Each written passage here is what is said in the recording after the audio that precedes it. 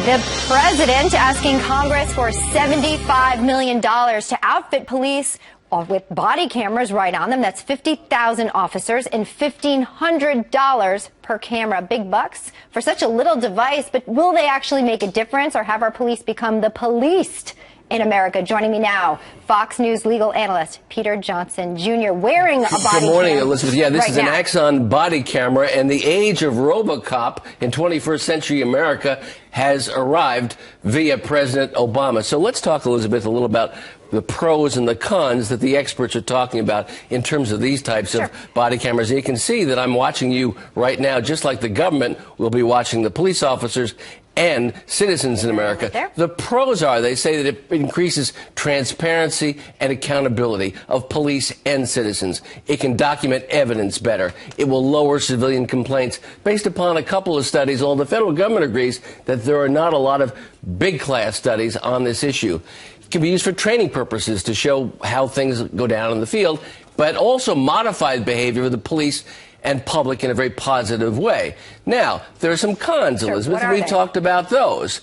Not proven to be effective in reducing crime or increasing public confidence in the police, although it's been used in cities in Arizona and California and in England.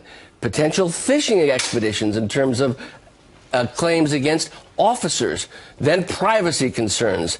And does it deter potential criminals from talking or witnesses from talking in a confidential way? And then finally, loss of police discretion, forcing them to arrest people when in fact that they may not have done that in the past for fear of getting in trouble, saying, well, you saw a crime, why didn't you arrest these folks? Sure, and would it in fact make a police officer more of a target, in fact, if they are wearing this and something happens that maybe shouldn't? Well, that argument has been made because they talk about using these types of body cameras on police officers who've been the subject of civilian complaints in the past. And so are we putting a scarlet letter on police officers? Are we demonizing their conduct? Are we saying to the world and the people in the United States that they're not worthy of trust or respect, and that they need the big hand of government reaching in, watching what you're doing and what they're doing? Right. I want to actually bring up the Department of Justice report says that law enforcement, not criminals, are to blame. Listen to this, Peter. Today, a vicious cycle of poverty, criminality, and incarceration traps too many Americans and weakens too many communities.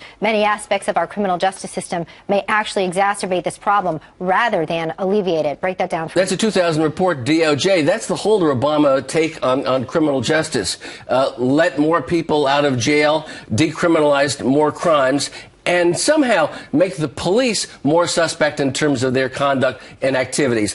I think this will do that. And what the civil libertarians don't understand on the liberal side is that their liberties will be impaired by these types of cameras going forward. This is a brave new age in American criminal justice, and it may not be what the folks who are upset about Ferguson really want in the end, hurting our police and maybe hurting our public as well. Needs a lot of study, needs a lot of discussion. It will go to Congress. They will decide whether this comes to America in that big, big way. A lot of new laws to follow, as well as I'm watching myself from your body cam right there. Thanks, Peter Johnson Jr. Good to see you.